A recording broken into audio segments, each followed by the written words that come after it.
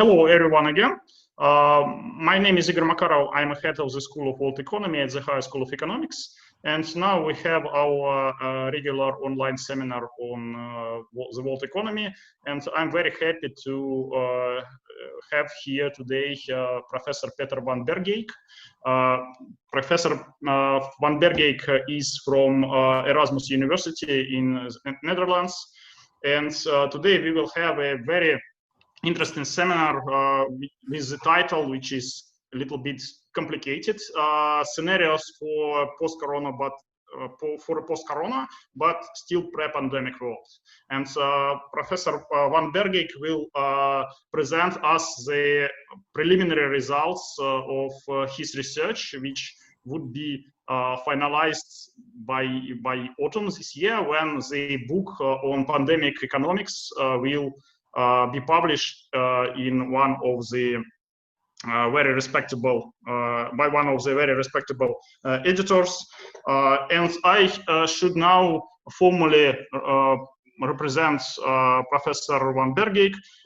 He is professor of international economics and macroeconomics at the Institute of Social Science of Social Studies at Erasmus University. He has a PhD in international economics from Groningen University and master degree in theoretical economics from Erasmus University, where he was a professor of economic policy in the Research Center for Economic Policy. And he also was a visiting professor in monetary policy at the University of Zurich in Switzerland. Peter has been also strongly involved in policy making and banking. He served several high-ranking functions in different institutions related to OECD and the European Union. He was also a chief economist at the Dutch Competition Authority, NMA. He also had very high positions in Dutch Central Bank, and he was also a director of UBS Group Economic Research in Zurich, in Switzerland. And now, as I have already said, he is a professor of international economics and macroeconomics at the Institute of Social Studies at Erasmus University. And the research interests of Peter includes international economics, economic sanctions, diplomacy, development, competition policy regimes, and trade uncertainty.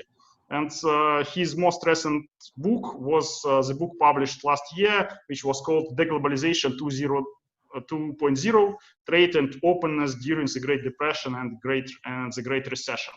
We are very happy to have Professor van Bergeijk here, and we are looking forward for a very interesting seminar. We will work in the following way.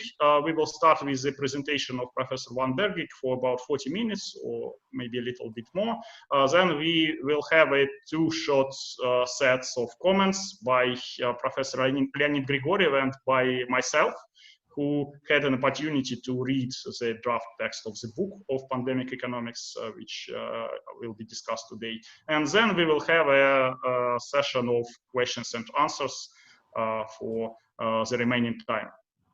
Okay, so we may start. And Professor van Bergeijk, again, we are very happy to have you here. And please, the floor is yours. Okay. Nice to meet you. When I talk to the machine, I have to take off the glasses because otherwise I cannot see what I'm presenting. I'm very happy to be in Moscow, although I'm here in the Netherlands. But it feels like I'm in Moscow. So when you invited me, I thought, yeah, it will be good to see my friends. We had a wonderful meeting in a good conference. And I have I feel blessed that I've been in Moscow at that time. The seminar is also very helpful for me because I'm writing a book. And when I'm writing a book, I'm trying to develop my ideas. I have to see where I will come. But at some points in time, it is also good to test what you have already written. And this is about the 6th chapter in the book that is on the corona crisis. The book is in 3 parts. The first part is on the past. So that is the period before corona. We take a look at preparedness, about economic analysis of pandemics. Then there is a part which is about now. And that's the part that I'm writing later, because now shifts always in time. But then I want to take a look at the future, and the future is post-corona. So when you take a look at when you ask people about the outlook now, they look at the situation of corona, and they are thinking about what will happen when the pandemic is mitigated, or when the virus has finally been beaten. But for me, I want to take a look further. I want to take a look at the next pandemic, and I want to see our world not as being in corona at this moment. I also want to see the world as preparing for the next pandemic, because that is something that is important. And my book actually aims at stimulating thinking about it. And I thought that the chapter which I am going to talk about today, that is really something that helps you to think about the future. But let's take a look also a little bit at where we have been and where we are. And there are two citations that strike me very much. One is from Van Summers in 2018. That's a quote that appears in the Bulletin of the World Health Organization in 2018. And the other one is a quote, from the April 2020 Chief Economist launch of the World Economic Outlook. So the first quote, I want to take this quote and to see where it brings me. So the first quote is that few doubt that major epidemics and pandemics will strike again. And that is actually based on historical data. What we know is that a virus like corona is an influenza virus. And when we take a look at the world history since the 15th century, or since the Middle Ages, then we know that the first occurrence of influenza was in 1516.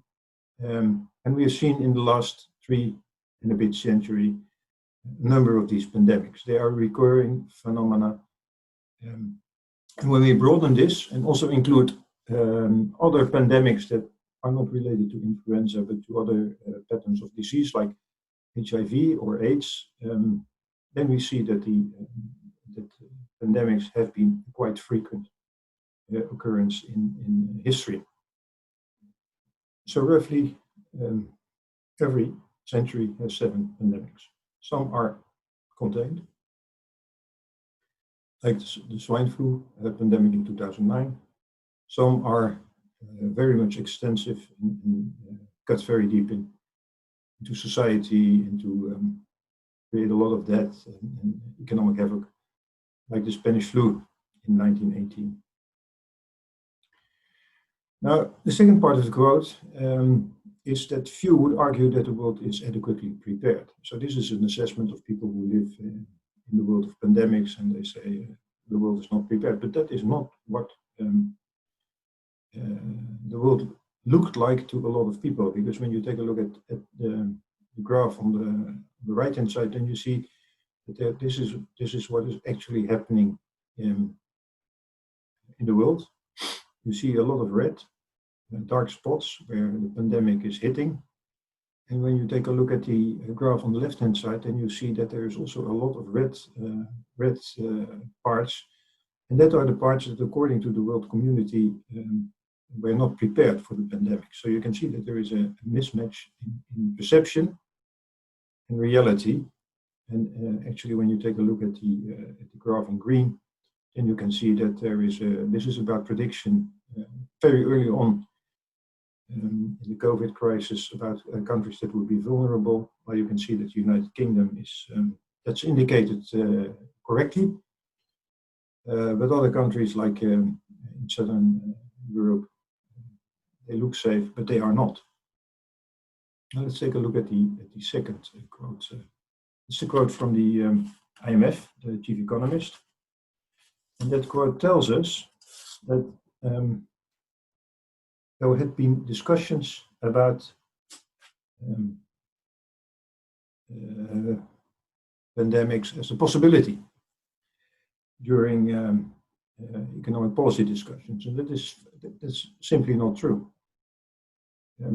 This is an overview of research done by states and all, and they count words that are connected to an atmosphere of a pandemic or an endemic situation before and after the event.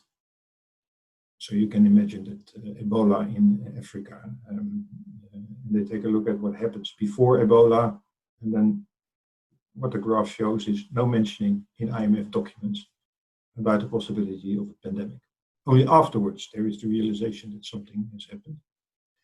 And it's very comprehensive, and it is important that this is Article 4 consultations of the IMF. So this is official documents that have been discussed in the board of directors. So this is the policy interface that we are taking a look at. And just for comparison, I took also the Economic Intelligence Unit. That is something that I knew from my previous jobs. I always read Economic Intelligence Unit's reports before I go to a country. They did a little bit better, but on the whole, also not much realization of the potential risk of pandemics.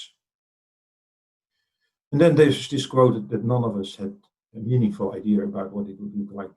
Well, I'm an old guy, so I'm used to the fact that the IMF is completely lost and has lost touch with reality. We've seen that before. But this is something that can only be said by somebody who has no experience in Africa and doesn't know anything, because this is from World Bank study and it shows the macroeconomic impact of Ebola. And we knew what would be happening with the pandemic. We had a pretty good idea. Actually, one of my students has been in lockdown for Ebola in his home country. And I learned a lot of him already just before the pandemic broke out, because I was very curious about what would be going to happen. So these quotes, to a large extent, inspire what I'm doing in my book. And what I want to do today is I want to take you on the tour d'horizon. So I want to give you an update of the latest numbers and where we are. I'm going to talk about settings. I've used the word scenarios in the title of the presentation today, but that's more that you have a little bit of an idea that I want to do. But I'm going to do something completely different. Economists, when they talk about a scenario, it is a different course of action in a given societal organization. I want to have one course of action in different societal settings. So I will have 5 settings, and then we'll have a discussion. I think that is the best part of the meeting today. Now let's take a look at the tour d'horizon. Many people take a look at this pandemic by watching what is happening with individual countries.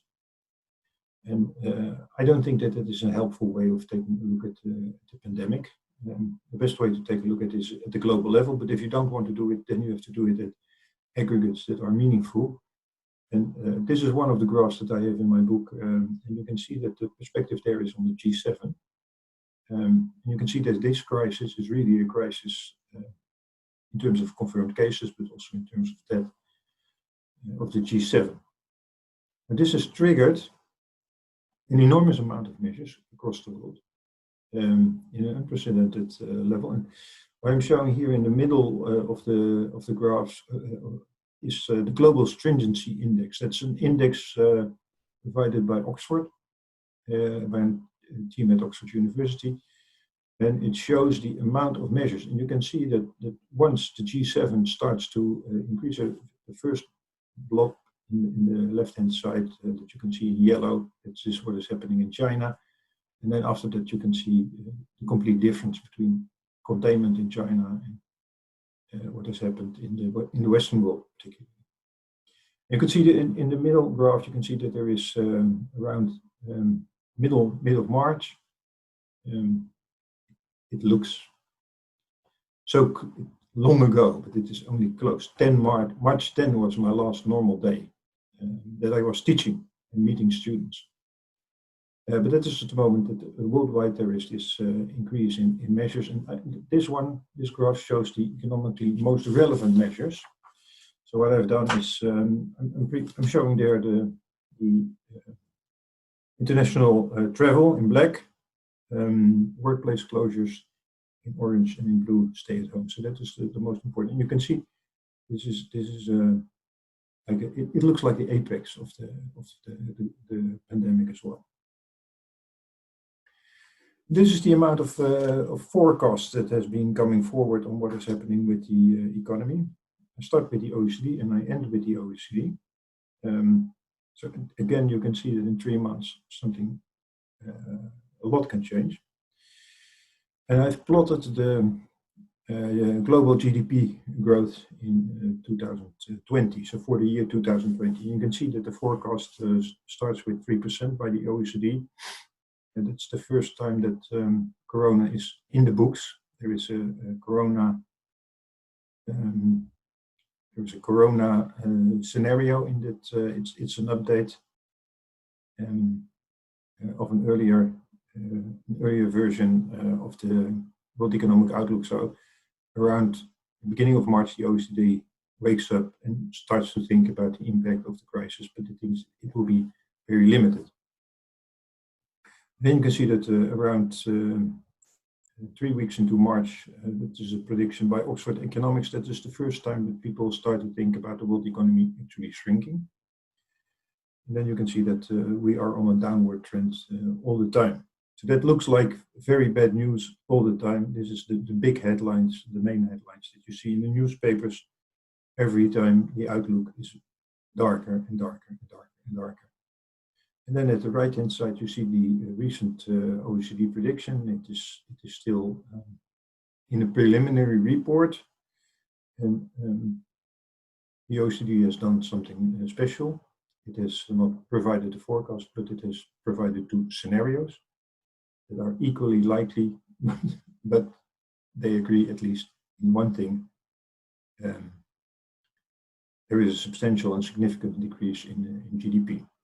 I'm not sure if this is going to happen. Neither is the OECD, neither is the IMF. Something is going to happen, but the order of magnitude is something about which nobody knows anything.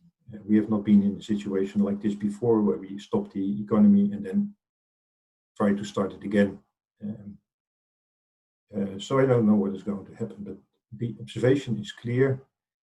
We are in a period where the main agreement amongst economists is that the situation will continue to deteriorate, and economists are getting much more pessimistic all the time. Now, on the left-hand side, in top, you will see a graph, and that is the prediction of the OECD for world trade in 2008-2009. And I show it as a bit of an encouragement when people see these bad numbers. I say, well, I'm used to the fact that it is difficult for people to assess when a crisis, when you hit the bottom. So this is a forecast. You can see it starts in December 2007 with a growth rate for GDP predicted for the year 2009 of about 8%. Then world trade collapses. That is like what we have seen now. World trade stopped, simply stopped, like what we have seen today. And you can see that within a year, the forecast is going down very fast. Then around July 2009, the OECD is at the lowest level of prediction. It's minus 15%. And then in November 2009, when the numbers come in, they say we have overpredicted. Well, the OECD has never said that they have overpredicted the downturn, but that is actually what happened. And it may be something that is happening on the ground at this moment as well. So last time I was here, I talked with you about the openness of the world economy. And I thought it would be nice to show a little bit about what has happened since my presentation of my book, Deglobalization 2.0. In this graph, the blue is new, The blue is the IMF forecasts that have been released in April. And you can see that the IMF is predicting a substantial reduction of world trade. It is 11% reduction in world trade, and openness is also decreasing accordingly. Now, the WTO has an optimistic COVID scenario that assumes a decrease of world trade of 13% and a pessimistic scenario of 32%. So that's also a place where people can be very somber about what is going to happen. Now, when you take a look at the data, I'm using the Central Planning Bureau World Trade Monitor. Central Planning Bureau is a policy institute in the Netherlands. It's not like centrally planning in the sense of communist, but it is something that started in the 1950s, and it's more like the Bureau of Economic Analysis. And they have a World Trade Monitor that was very useful in taking a look at the Great Trade Collapse. So this is 2008, 2009, and you can see in the blue dotted line that is what happened over there. What I've done is I've simply made a comparison with the great lockdown that we are experiencing now. You can see that when you take a look at what was happening, there are qualitative differences because during the great lockdown, there was a period where world trade was more or less stable, not growing. And before the great trade collapse, there was, of course, growing trade and greater internationalization. And you can see that the downturn in orange, it is comparable to what happened during the great trade collapse. It's similar to what happens during great lockdown. And we don't know what is going to happen, but we know pretty sure that the recovery from the great trade collapse was quite quick. Now, one thing which is important is to take a look at what is happening in China. There you can see two things. So the first thing is that China is already recovering. That is what you see to the right-hand side of the yellow line. But to the left-hand side of the yellow line, you can see that for an individual country like China, the reduction due to the lockdown has not been as significant as what happened 12 months, already 12 months before Corona. So we have experience with these fluctuations in international trade. And the same is true for industrial production. This is the picture for for the financial crisis, the Great Recession. So that is 2008, 2009. This is what happened in the first 3 months of the Corona crisis. You can see that there is a very significant, stronger and significant, faster deterioration. But again, China tells us an interesting story. There's recovery already. Now you may not trust Chinese numbers, and there are good reasons why you do not want to trust Chinese numbers. But it also makes you wonder what is happening on the ground. Anyhow, I think that there has been a tremendous strong reaction in policy making, and I'm not sure that that is wise. The first thing is the monetary policy bazooka. Let's see if I can bring in the title over there. Yeah. So this is for the G7 and the BRICS: Brazil, Russia, India, Indonesia, China, and South Africa. When you take a look at the graph, you see that Russia is there with an interest rate reduction, but I'm not sure if Russia has done more already, because I've not been able to update everything, but this will be early May. In fiscal policy, what we see around the world is that everywhere, in almost all countries, fiscal policy has been stimulating the economy. It is coordinated. There's been no agreements to do this, whatever, but it is synchronized. So this is something that we can see as something that is happening with the world economy across levels of development everywhere. And that, of course, means that there is something happening with public debt. And here you can see that this is extraordinary. So global public debt in percent of GDP, we only have world data starting in 2000. That is the first time that it was collected. So I had to take a look first at the G7, and then I made a comparison with the advanced economies so that you can see what is happening over time. And the above the line measures, so that is without credit. So this is spending and reducing taxes alone. In the G20, that is about 3.5% of GDP. And in comparison, during the Great Recession of 2008-2009, that was about 2.1%. So massive and much more are the measures that are taking place now. And it brings us back as a world, or at least for the advanced economies, at the post-Second World War debt level. So that is something which is really important to see. That the devastation, we are now in a situation where we were after the devastations of the Second World War. And there was a lot of growth directly following the Second World War because of reconstruction. That is one of the reasons why debt levels went down, because growth was good.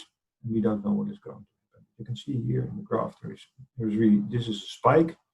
The spike comes on top of a development that was already in the books. Now the IMF forecast of GDP level of the end of 2021, that is the forecast that takes the assumption that there will be a deep downturn this year and a quick recovery, a relatively quick recovery. So that is the best scenario of the OECD. And what you can see is that in the planning is in red, it's emerging and developing Asia. That's the part of the world that will have recovered. And the rest of the world, that is the part where we have still a problem. And it means, of course, that most SDGs will be more difficult to achieve. Also, the lower level of income means that there will be a massive transfer of people into poverty. Globally, it has been estimated to be 80 to 130 million people that are going to fall back in poverty. And that means that there is also a substantial loss of health. Even if the coronavirus would not reach these countries, then the economic virus reaches these countries, drives down the level, drives people into poverty. And that is bad news. Now I want to move to the second part. So this was like the tour de horizon. Where are we? We can go into details on a lot of issues. It's clear that we are now definitely in a phase of deglobalization. It's also clear that the phase of deglobalization, even in the most worrisome predictions, will not bring us back to the 1930s. And that's also true, of course, of the economy.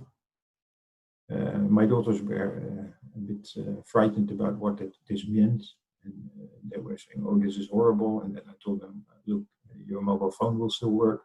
So you're much richer than you were 5 years ago, which is true because they didn't have the mobile phone 5 years ago. And now they have a smartphone. And also, I told them, look, this is perhaps 5 or 6 years back in welfare, so it's 2030. But that's an old guy, right? That is somebody who doesn't worry too much about what the economy will do in this situation. Of course, other people are much more somber. I'm much more somber about the next pandemic. That is why I want to go to the future, and I want to move from a situation which is post-corona, but I realize that it is still pre-pandemic. And the reason is that we cannot do this again. What we've done this time, shutting down society and shutting down the economy, it is not a viable option. it is something that cannot be repeated again and again and again because it is too costly.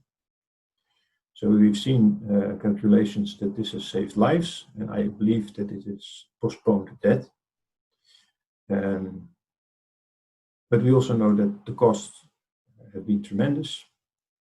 And if there is a second wave, then we are not going to save more lives than originally were in the books, and the cost will double. So it is something that I've realized it cannot continue. And I was thinking about what do I want to do, and I've realized that there are different ways of organizing society, and I want to discuss or enable the discussion of these different ways of organizing society, because I think it is vital that we have this discussion in order to prepare for the next pandemic.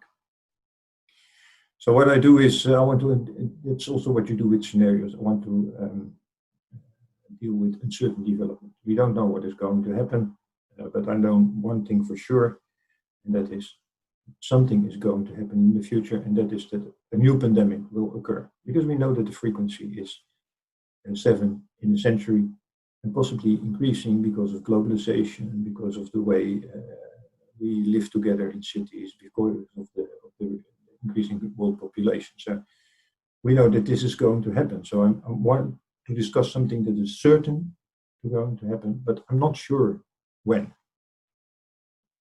And I want to investigate the different societal settings. So that is a bit of the theory behind what I want to do. So I start with the setting, and I talk. That's what I do in the book. I talk about the orientation, and it means I talk about the philosophy of the setting of the society that I describe. I talk about globalization, and I talk about governance. Then I have the building blocks in my scenario analysis. That is a form of collocation where I bring together scientific theories and empirical observations. And in the end, I have an analysis of the strengths, the vulnerabilities, the opportunities, and the risks. And that's also a reason that I want to present this, because this is my idea, and here is something where I will be listening to what other people have to suggest as well. Now, what are the settings? So I have 5 settings. One is the Darwinian society. That is a society that believes in the survival of the fittest, accepts what is happening, and says, well, this is nature. Then I talk about a society that I describe as deglobality. It's a mindset that shrinks how you think about the world. It's also a deglobalized world with weak institutions.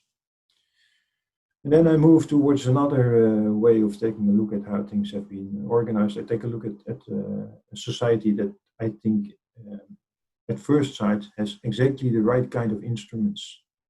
It's autarkic, so there's no connection with the outside world, and it is an autocracy or a dictatorship. And it can control everybody, so the lockdown can be perfect, but also the border controls can be strong. And then I take a look at yet another society, and that is the benevolent Big Brother. That is a society where the software and the internet is used to monitor people's behavior and to manage the crisis. Now, these are corner solutions, and then I have in the middle a trilemma. And the trilemma is between privacy, economy, and health. Now, let's see what this is. This is the 5 settings for the society. You can see on the vertical axis. I've called it human rights and individualism. So it is of course low when you are in an autocratic society. It can be high in a Darwinian society where there's a lot of individualism and where you do not take a look at what is happening with the collective. And on the horizontal axis, I have deglobalization and globalization. And in the middle, there is what I call status quo. But that's actually what was happening before 2008. That would be the status quo. So you can see the corner solutions. You can see also the dimensions that I've used. And in the center, you see the Article 3 dilemma. And Article 3 is because of the Declaration of the UN of Human Rights, because it brings together exactly what this trilemma is about privacy and individual freedom. It is about economic freedom and globalization, and it is about individual health and universal health care. So universal health care means everybody who gets sick can get to the hospital. Now it's a trilemma. A trilemma is a theoretical concept, and you use it to explain to people that the choice needs to be made. You make it very strict. So you say, yes, you can be in point A, where you have economic freedom and globalization and individual healthcare and universal healthcare, but then you will have to give up privacy and individual freedom. Or you can have privacy and individual freedom and economic freedom and globalization, but then you will have to give up individual health and universal healthcare. So this is how the trilemma works.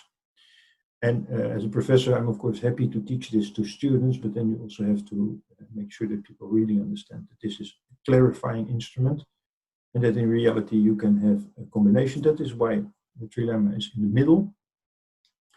I'm not sure that the trilemma countries, the countries that are not making the corner for one of the corners, are in the easiest position, and they may not be in the most efficient position. Now, I want to walk you through a number of these settings. They look the same, and it is extremely boring if I'm going to read out everything. So I pick the most important things that I think are relevant, and you can read the exact analysis of strengths, vulnerabilities, opportunities, and risks when you replay the video later on. So the most important thing here is that you do not need an exit strategy. That's the problem with all the lockdowns. You need an exit strategy. When do you stop? There are two options. One is exactly on time, a little bit later, so that you can kill the virus, or too early. That is when the virus is still around you. And if you choose for the virus still around you, then you need an exit strategy. You need to decide when you're going to allow for the spread of the virus.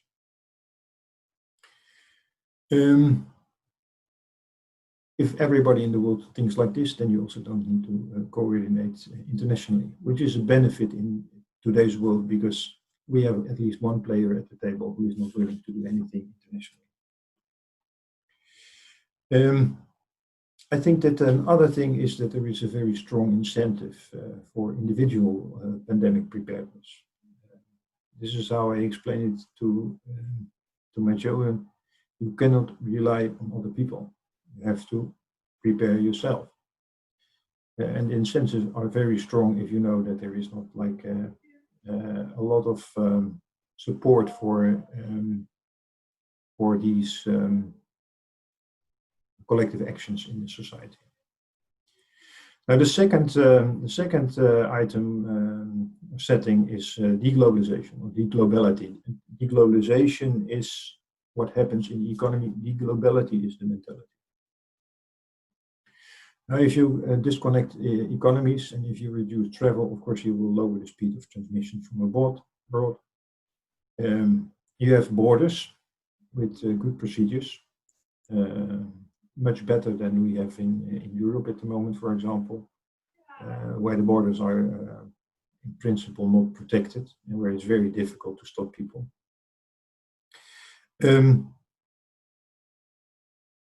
Some people would argue that this deglobality is something good because it reduces the global economy, because it reduces trade, and that reduces the ecological, but also the epidemiological footprint. But there are also risks, of course. First, it is difficult to find out that a pandemic occurs. The second thing is that you may have a false sense of security and that you think that by stopping the people and the goods that you are free from disease. The diseases like these, like COVID or other pandemics, they do not recognize borders. And they can be transmitted by wildlife. They can be transmitted by birds, especially. Vectors like mosquitoes. So there is it can give you a false, and that could reduce pandemic preparedness. And also there is a thing like in this scenario, there is no incentive for international cooperation. And one of the things that I'm convinced of is that the pandemic is a global problem and that the pandemic needs a global approach. Now, the autocracy, it's another setting. And what we have seen is quick and sharp healthcare policies that can be enforced. And locally, at least, eradicate the disease. That is what has happened in Wuhan, in China. China has been, the cost of lives has been high locally, but not on average in the country. But there's, of course, also, we've learned that there are also vulnerabilities to this situation. The most important thing is that lack of transparency that may delay the response. We have learned that in a society as China, it is difficult to come and report a problem to the authorities. Then it is difficult to set the next step. It's not only a problem in China, incidentally. We've had a case in Austria, where the authorities were aware that the coronavirus was in the city, and they actually knew that people were infected in the hospitality sector, and they just pretended that nothing was happening. And that seeded the pandemic in the Netherlands, because we have these people were on winter sports, and they came from the winter sports. I don't know how it is in Russia, but I think it is the same over there. Winter sports is in the daytime, it's a very healthy activity. In the evening, you have après-ski, which means that you are with big groups of people in a small room with a lot of drinks and a lot of sound and dancing. So it is a very bad environment. It's an excellent environment for COVID. And they brought it to the Netherlands at the moment that we had large group meetings and gatherings because of Carnival. So that is why we have such a high death toll in the Netherlands. Austrian authorities, local village people, who refuse to take their responsibility. The point is, I mentioned this because everybody is complaining about China, and I'm not here to complain about anybody.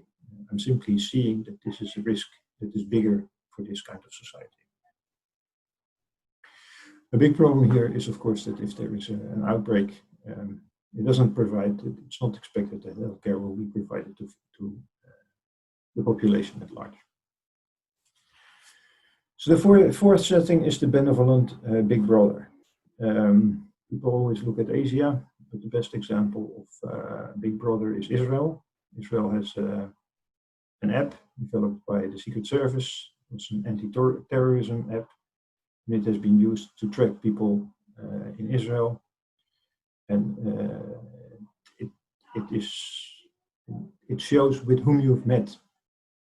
And people would have met with somebody who's contagious, and they would get an app from the Secret Service that they would have to stay in the house because they could be sick, and their whereabouts would also be monitored.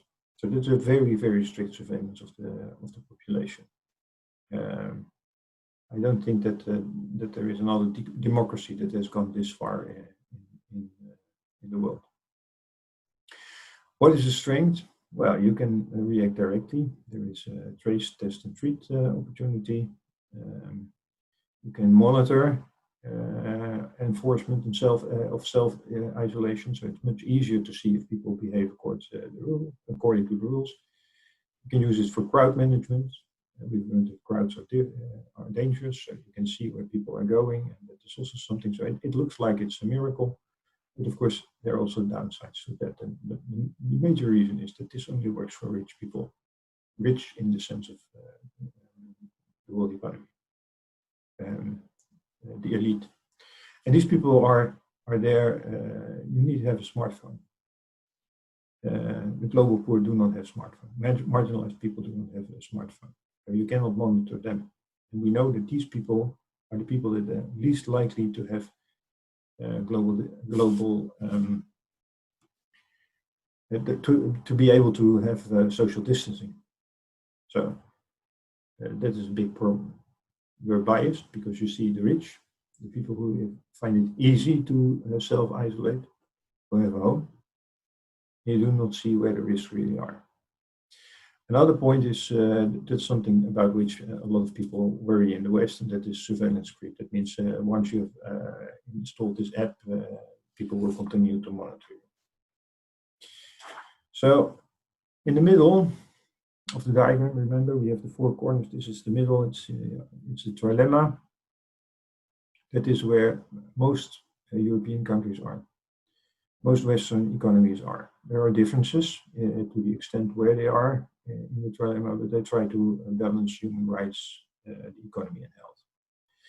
And in a sense, sometimes it works because it creates consensus and coherence, but sometimes it also doesn't work because it also creates a lot of complexities and unclear situations, and it complicates communication a lot.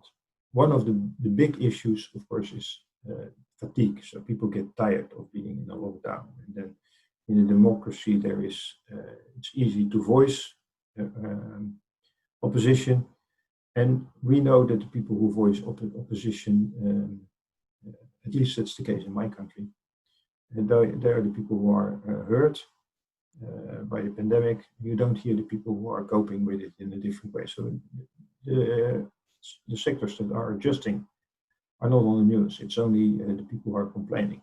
And they complain, and they have the right to complain. But the impression that you get is that it is all very problematic, and it is the sectors in general that do not have a future in the corona world over the next 2-3 years.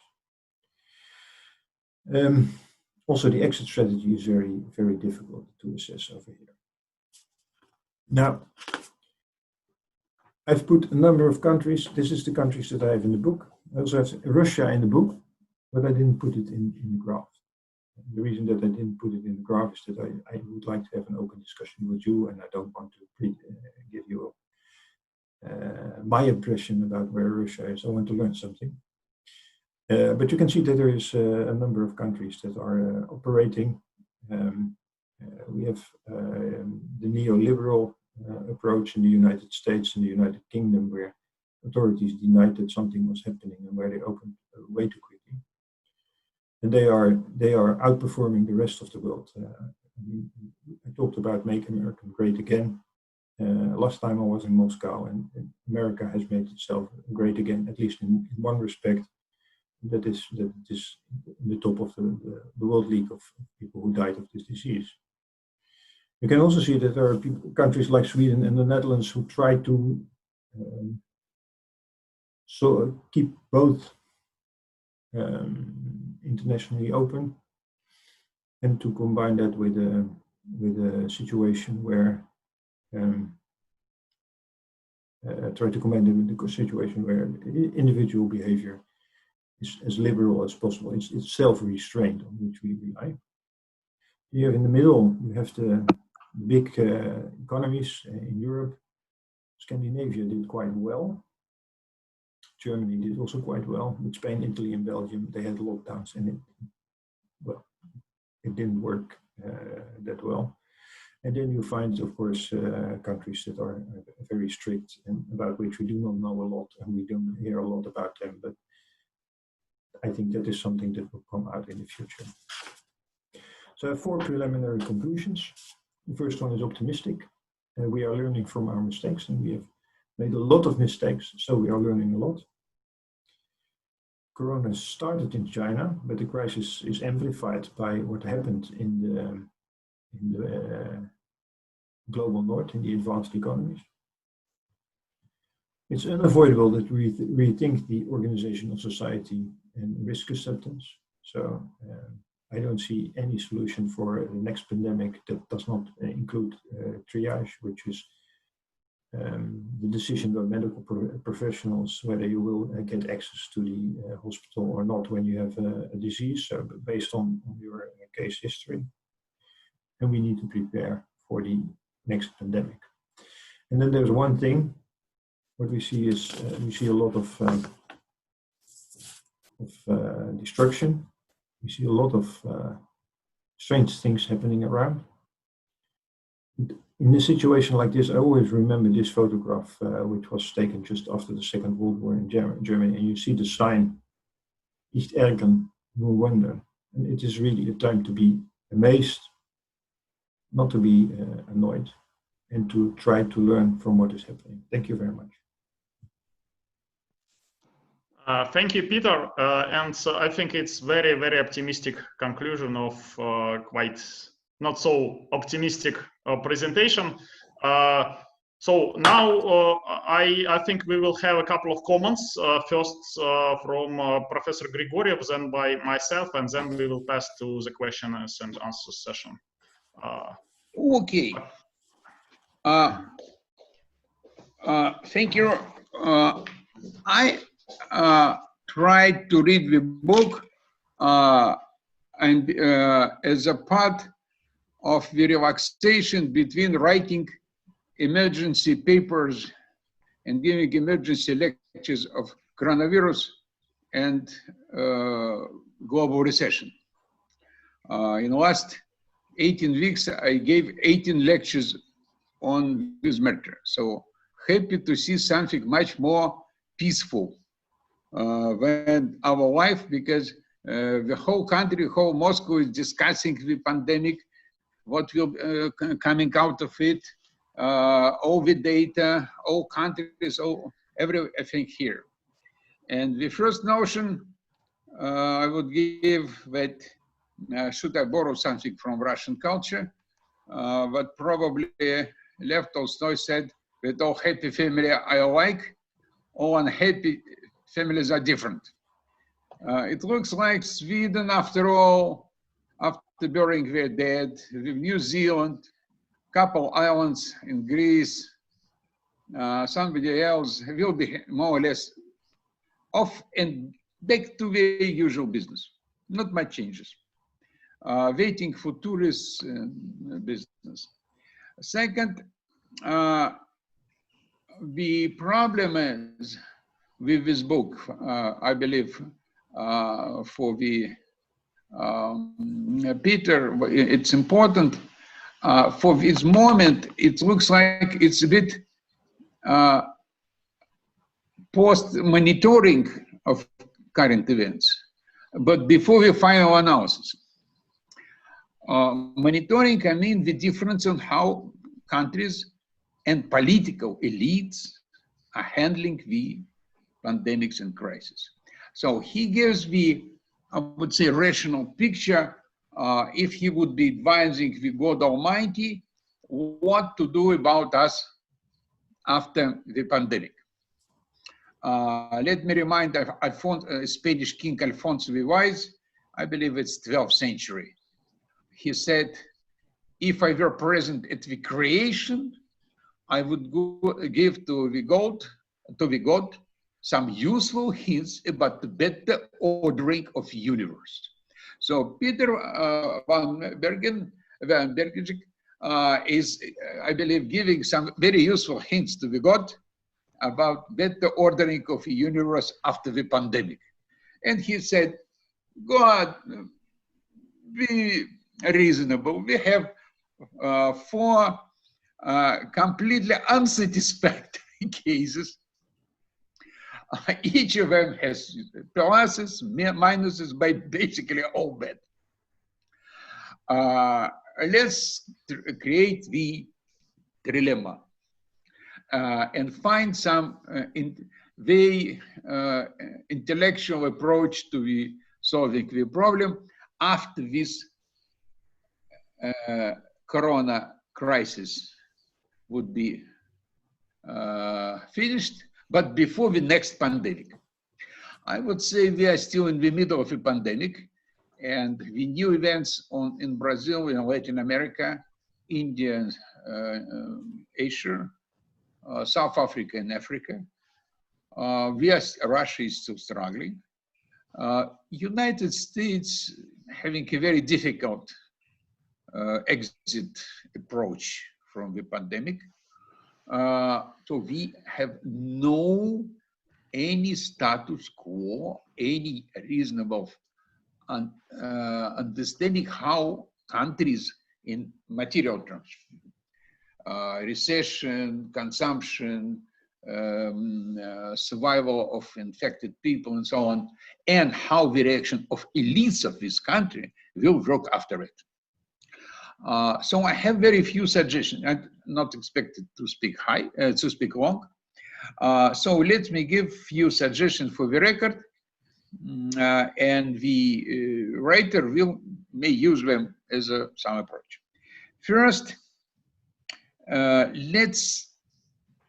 would suggest to define much more clearly at what moment of time he is considering now and what is after. Corona crisis is not after. If he is talking about 2021, 2022, then pandemic and recession would be over. That's one matter. If he is talking about the, say, some international negotiations, what we are doing with this specific pandemic, current pandemic and recession, that's another matter. So first, it's good to know at what, at the moment of book will be on the shelves and available for reading, the reader will ask, well, what time is it? When you were writing it, what is time for which you are suggesting to create some new vision? Second, so economy to pandemic to economy to, and after a pandemic started the recession, I published an article, it's in Russian unfortunately, but if there is any way in the Netherlands or Switzerland to read it in Russian or translate it, it's available. I published it exactly 1 month ago by the title in Russian, "We Fall into the Global Recession." So we are all in it, in the process. So that's, first I'm suggesting to look carefully in timing of the book at the moment and how it will look like at the moment of presentation in the fall. Second, there are a few questions which are normally people would expect from such book in the fall of 2020. It's a bit more about countries handling or elites or systems handling the crisis, because it's good to talk about the future situation in Sweden, but it's still, Sweden is still cannot say we have done it successfully. We have new doubts. For example, what's possible to do is, one is to go after our old friend Plutarch. I'm not sure how to say it correctly in Latin. Plutarchus. Plutarch. In Russian it's Plutarch. He wrote the book about the giving two figures, one from Greece, one from Rome, and comparing them. This approach could be used very interesting, and it will not be contradictory to the different regimes approach. For example, the Netherlands versus Belgium, Sweden versus Norway,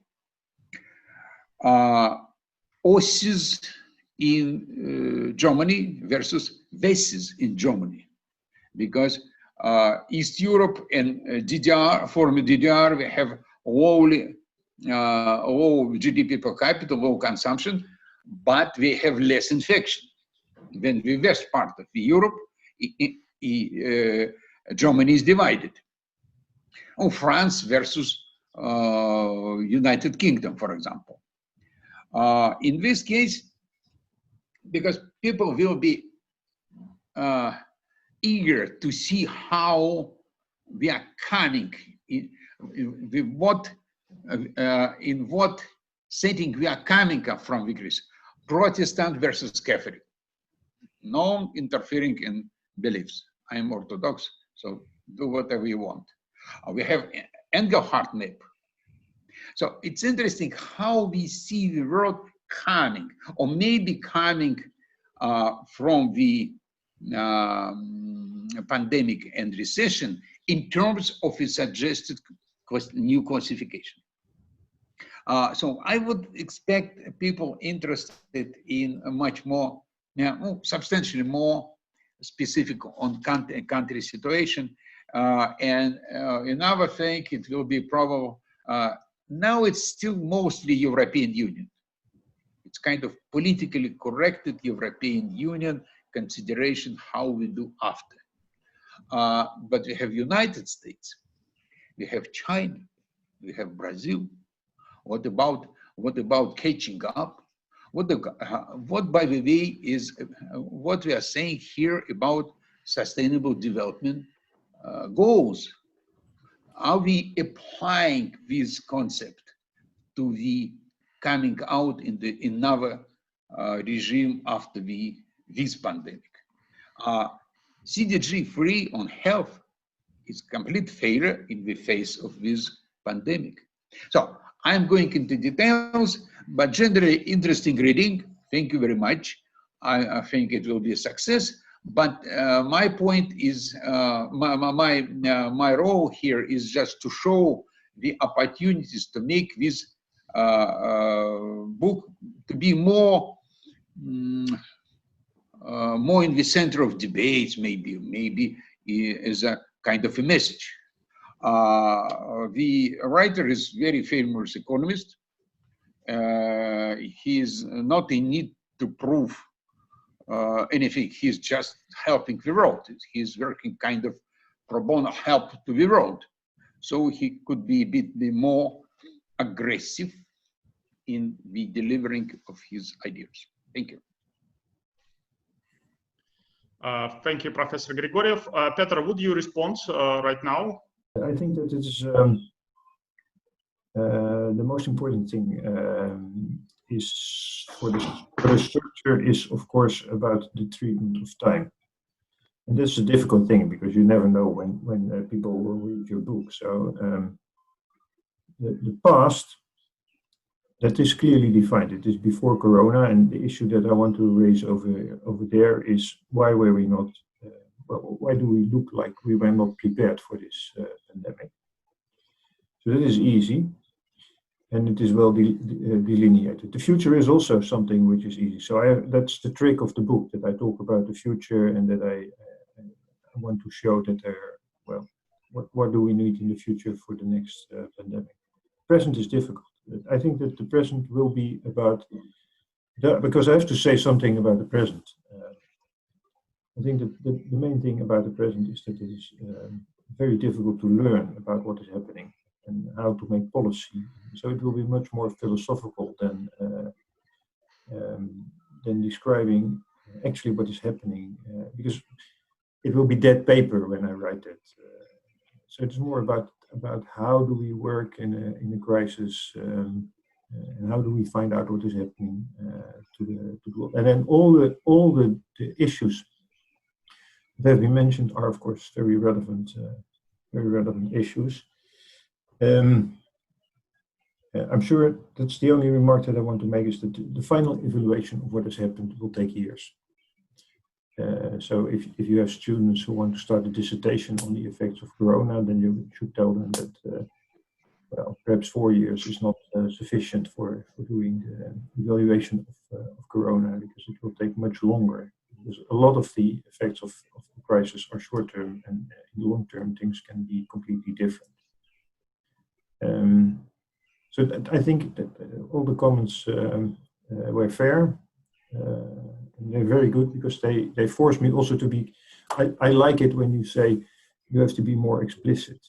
You have to be more aggressive. More aggressive. You are in the free Europe. You are not to be afraid of anything. No, I'm not afraid. I'm not afraid. Tell him. Tell him. Great. Thank you. Okay, I will also add some comments. First, yes, it is very comprehensive vision of what is happening now, and I think that it is a very fancy analytical framework, this trilemma, and the attempt to use it regarding the case of pandemic. And I think that this analytical framework is quite useful to structurize our vision and to make it more like systematic, probably. I have also three comments and suggestions. The first one concerns the settings themselves. I think that these settings are set, of course, in the context of the pandemic crisis, but actually it does not exist in isolation. We face now at least three crises.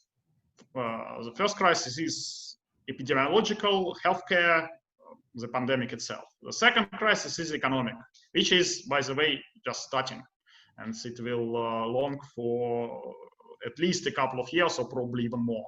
I think even more. And this includes financial crisis, which will hit probably the global economy. This includes the public debt crisis, which is just starting. It includes, which is probably more important, social economic crisis, including the rise in unemployment, including the rise in inequality, and so on. And the third crisis is environmental crisis and climate crisis. So it did not disappear with the pandemic. And so all these three crises, they are connected to each other. They do not exist separately. They happen at the same planet, they happen at the same countries, and so on. And I think that probably the settings should take into account that the crisis is not alone, but it is a part of the more comprehensive trends that happen in the world at the same time. My second comment concerns the axis globalization versus deglobalization. Yeah, I agree with the importance of this axis, and I agree that with the positioning of countries around this axis. But I don't think that this the positioning of these countries really depends very much on the pandemic, because deglobalization, the trends towards deglobalization, especially in advanced economies, they started earlier. They started at least 10 years ago or something like that, and so they are determined by the very simple comparison of costs and benefits from globalization. So in developing economies, in emerging economies, the benefits from globalization are still very high. That's why China is still pro-globalist, and it is for globalization. And so in developed countries, in the richest countries, the costs of globalization are rising because they, especially for those countries which have trade deficit, and especially for those countries which have not very well developed mechanism to compensate the losses of losers from globalization. I mean, those people who lost their jobs, who suffer from deindustrialization in these countries, and so on. For example, US and UK have no very well-developed mechanism to compensate these costs. The European Union, and especially the northern countries of the European Union, they have much better mechanism of this compensation. They have much stronger social security networks. That's why they are more pro-globalists than, for example, US or the United Kingdom. So it's not about the pandemic. It is about more complex issues, where the pandemic is just one particular point, which, yes, it is important now, but in 5 years, it would be probably less important than those issues that were even before the pandemic. And this brings me to the third comment. I think that the major axis that would really shape the future and that would really determine the reorganization of society you try to describe and to revise is the axis between, it may be titled in different ways, but it is something like the axis of private interests versus common interests. So in order to face economic crisis, which I mentioned, we need more social security, for sure. We need more progressive taxation in advanced economies, at least. We will need more public transfers. We would need more public investments. We would need more job creation, and so on. It is just for public interest. It is from the sphere of active state versus a single and separate private interests. In order to face climate crisis, we need also more taxation of business, carbon taxation, or carbon pricing in any form. It doesn't matter which concrete form it will have. We need more public investment in green technologies, for example. So we need more attention to, again, public interests, to common interests, rather than to private interests. And finally, in order to meet efficiently the next pandemic, which you as you stated, is the matter of time, but it will happen anyway, and we do not know when it will happen, but it will happen for sure, and I agree with this. But in order to meet efficiently next pandemic, the humanity also needs more investment in universal healthcare, in vaccine developments, and this also will probably require more active states, again, more progressive taxation, more active governments, more public investments, and so on.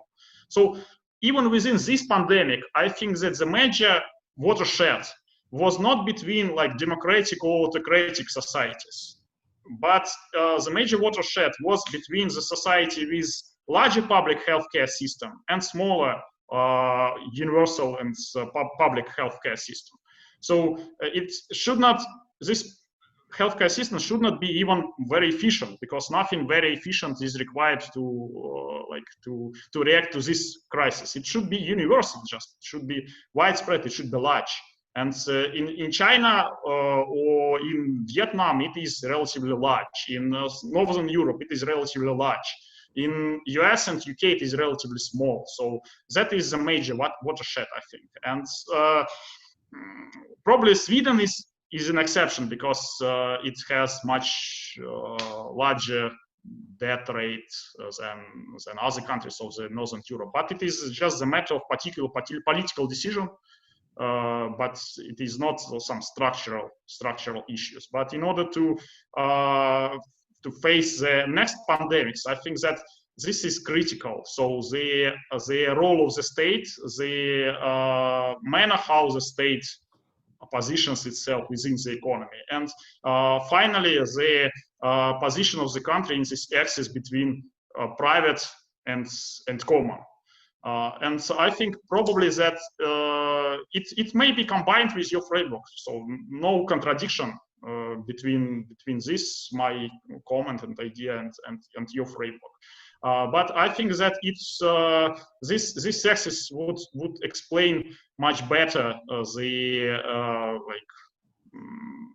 difference between countries in the context of their preparedness to the next pandemic, and which is more important, not just to the next pandemic, but to the whole set of crises we face at the same time, which I think is important, because again, going back to my first comment, we should not look at pandemic just in isolation, but it is one of at least 3 crises, or probably even more, the humanity faces at the same time, and all the 3 should be taken into account, not separately but all together.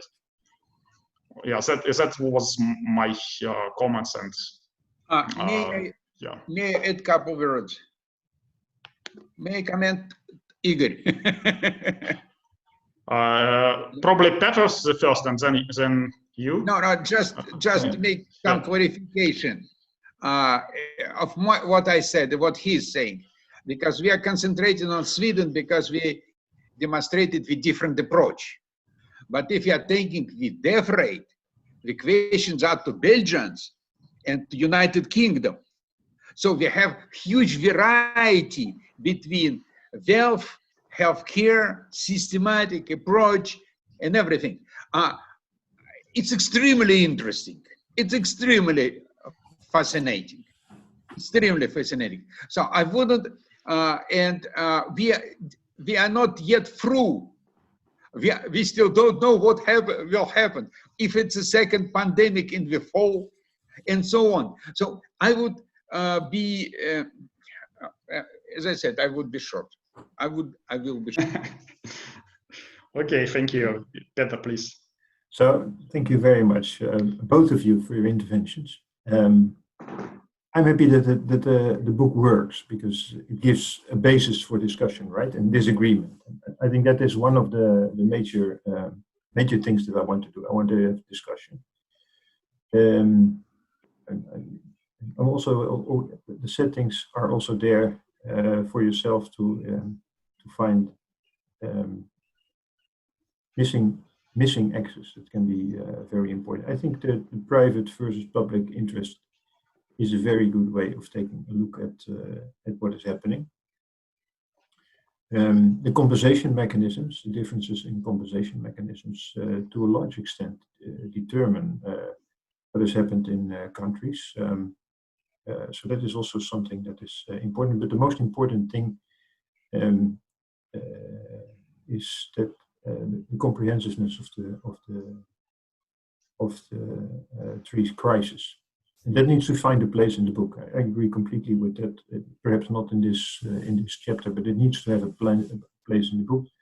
I think it's the three biggest challenges at this moment. We've been before in situations where we had multiple crises, but this is three crises that are existential. The pandemic is existential. It can be not this one. The next one can be existential in the sense that it can wipe out very many people, and a very significant part of the population.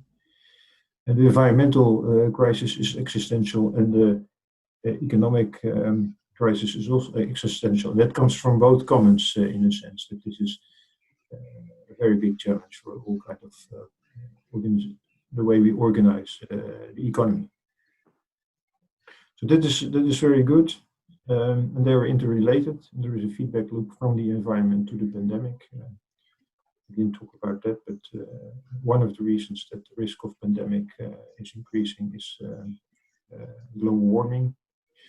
Another one is the competition for space, and because we are increasing so much as a humankind, as a human species, that we are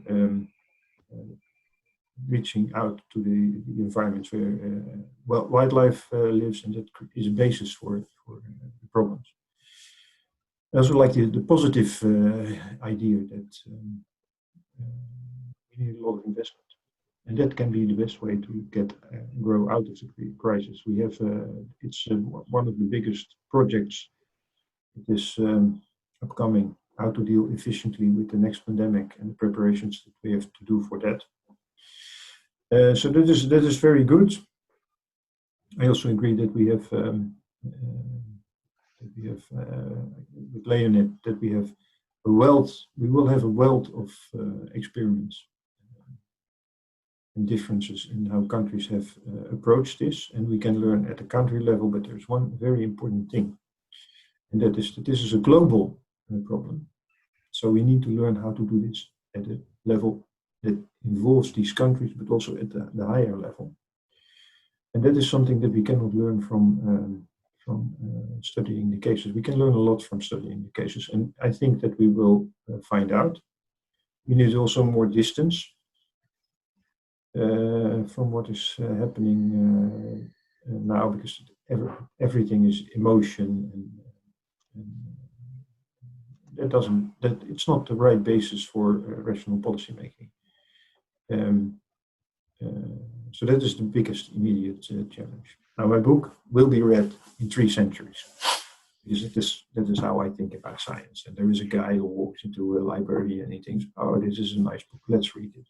This is academics also work for the future. And yes, I can write a bit more aggressively, and I can make more clear what I think. But I also think that if I would write more aggressively about what I think, that the book will not achieve what it needs to be achieved, and that is that people start to think about different opportunities of approaching this crisis. So for me, one of the things that I've learned is that I see happening is that people will start to reevaluate the political system from the perspective of health security as well. And then the Western democracies have not done a good job. As we take a look at it today, Vietnam has done much better. So that is a puzzle for the future. Yeah. Okay. Thanks. And I'm absolutely agree that academics also works for the future. It is for sure. And we have already a number of questions in chat, and each of you who participate in this seminar may also use the raise your hand option in the participant section, and to express your opinions and to provide your arguments. But now we have two questions. The first is from Yuri Pakomov, who is answering, is there an increased risk of conflict between nations falling into different categories settings you presented? So what is the difference between settings in terms of the general conflicts, international conflicts, and the potential conflicts between countries? So I think this is so very central to how we are. It's ingrained in our DNA that we care for the tribe. So we care for the nation when it is about healthcare and survival. And if other countries do this differently, then there is a strong political reaction to that. And I think that is a basis for, that can be a basis for conflict. Theoretically, the de-globality part would historically be a place where you would expect most problems with conflicts between nations. It is the liberal peace. That is then at stake. That's the idea that democracy, trade, and together help to reduce conflict. I'm not sure that is something that will hold during crisis. The other point which is important is, of course, that what you can see happening now is the blame game. This time the pandemic starts in China. Next time the pandemic can start in Western Europe. We don't know. We know that there are clear risk areas. China is a risk area. Africa is a risk area, but also Western Europe is a risk area. We have had a number of diseases starting here in cattle that were contained only with big efforts. No lockdowns, but with big efforts. Just because we are testing so much on animals. So that is the blame game will be there, and it can be a basis for a deteriorating approach. Now, one of the things that will happen, that can happen during a pandemic, is that you have a clear idea of an international approach. That's an idea that we have had for a few decades, and then the countries fall back into different positions. And I think the corner solutions are there very useful, because you can see that the United States is moving into a certain direction.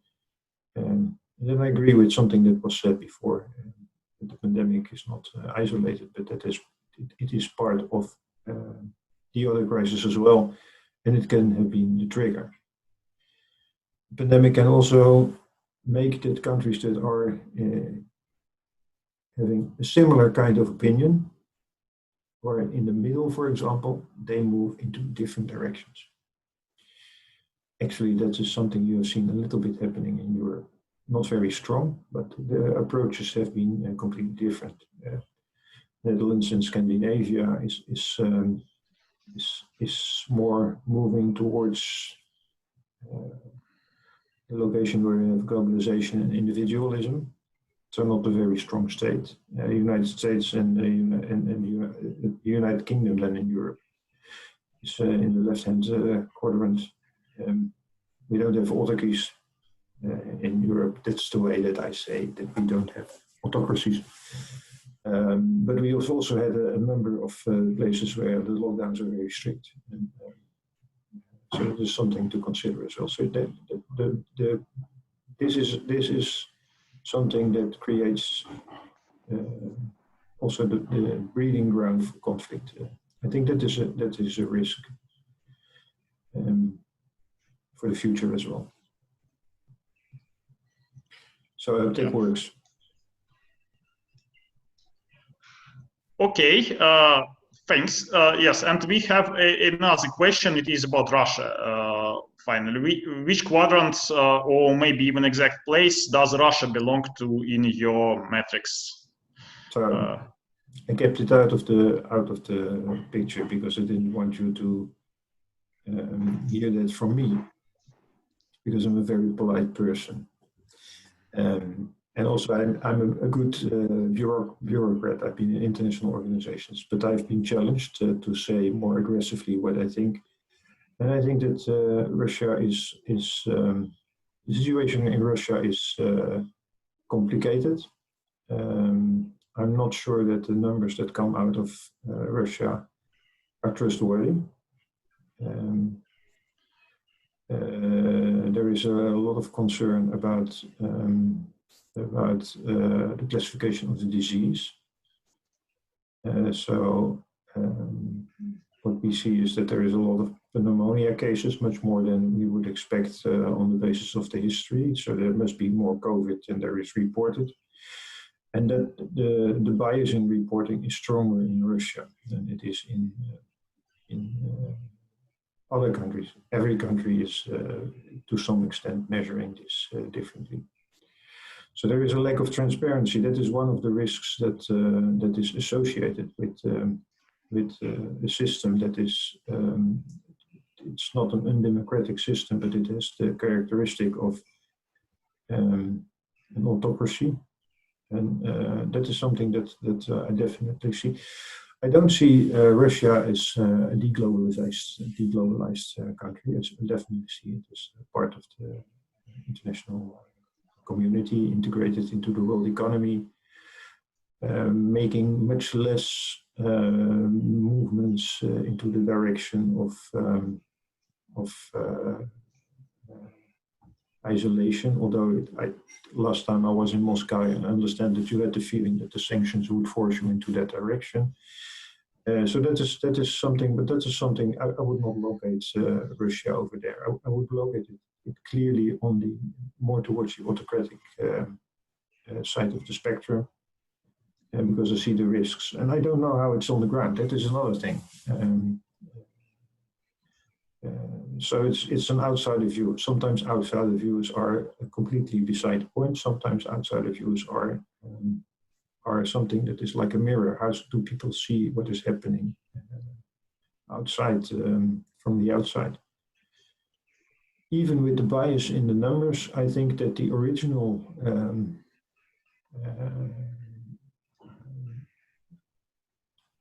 severeness of the outbreak in Russia was not as strong as what has happened here in Western Europe.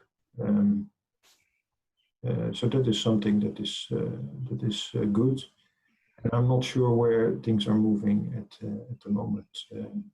I think the ending the lockdown in Moscow was premature, too early, and that it would have been better to keep it for another few weeks and then open up. But I'm arguing the same in the Netherlands. I think that we opened too early. If you make the investment to do something about Corona and to take the hardship of a lockdown, then you better continue with it until the virus is really, really very much out of the system. So I think that's a fair answer to what I see, to a fair question. Okay, you're too polite to position Russia in this matrix in a very exact manner. But yeah, we ourselves do not understand completely, I think. Okay, we have another question. Could regional cooperation, for example, in the form of regional trade agreements, be regarded as an effective form for timely and anonymous response to possible forthcoming pandemics? If so, in which aspect and in which form? So, regional trade cooperation and trade agreements, maybe the response to the pandemics in the future. So let me give you a fair answer there, because now it's about my country, and there I feel I don't have to be polite. I think Europe is an example of a situation where you have a very much integrated economic and political system, and we have made a mess out of this. It's absolutely horrible that we have still national regulation on healthcare policy. I think it is completely idiotic that we have no central policy that sees to what happens at the borders and takes decisions on what has to be done for the population as a whole. I think that is the mess that you see in Europe, because people could travel without any problems, and some countries would stay open and other countries would be completely closed. So that is something that really you need to have the authority for healthcare provision at the level where you have economic integration and the area where people can move freely. Doesn't make sense what has happened here.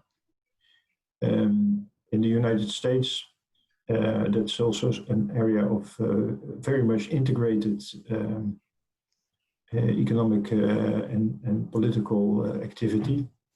What you've seen over there is that the states also played it around all in different directions, and that's because of the fact that the federal government over there made a mess out of almost everything that had to do with the pandemic. I think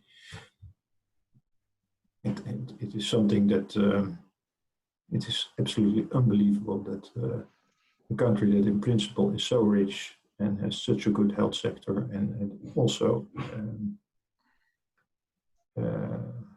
with the previous government reached a level of preparedness, and that was wasted by this government. So you can see that the answer to this is, it is perhaps it is absolutely necessary to arrange things at the level of regions, at higher levels than countries.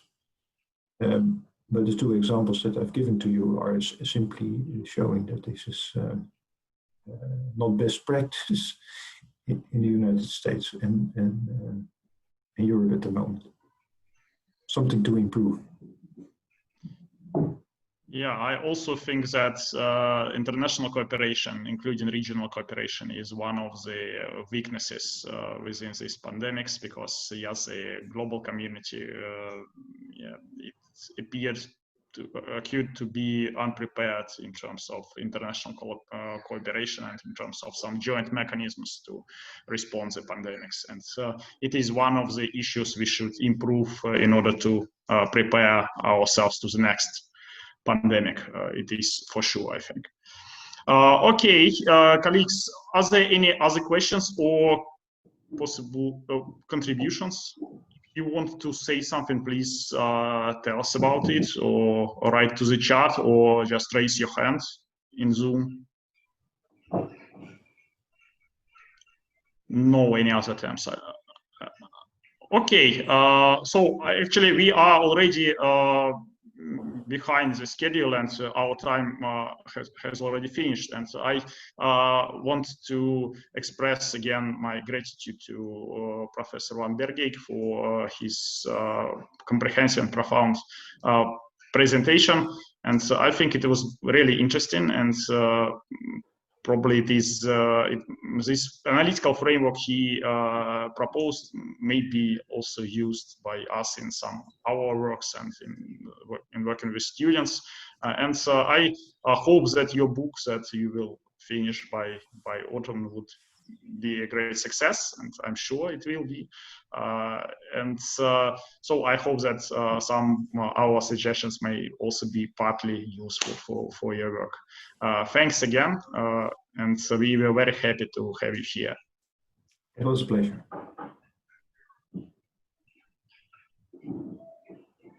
Okay. So thank you, everyone, also for your participation, for your questions, and for your involvement.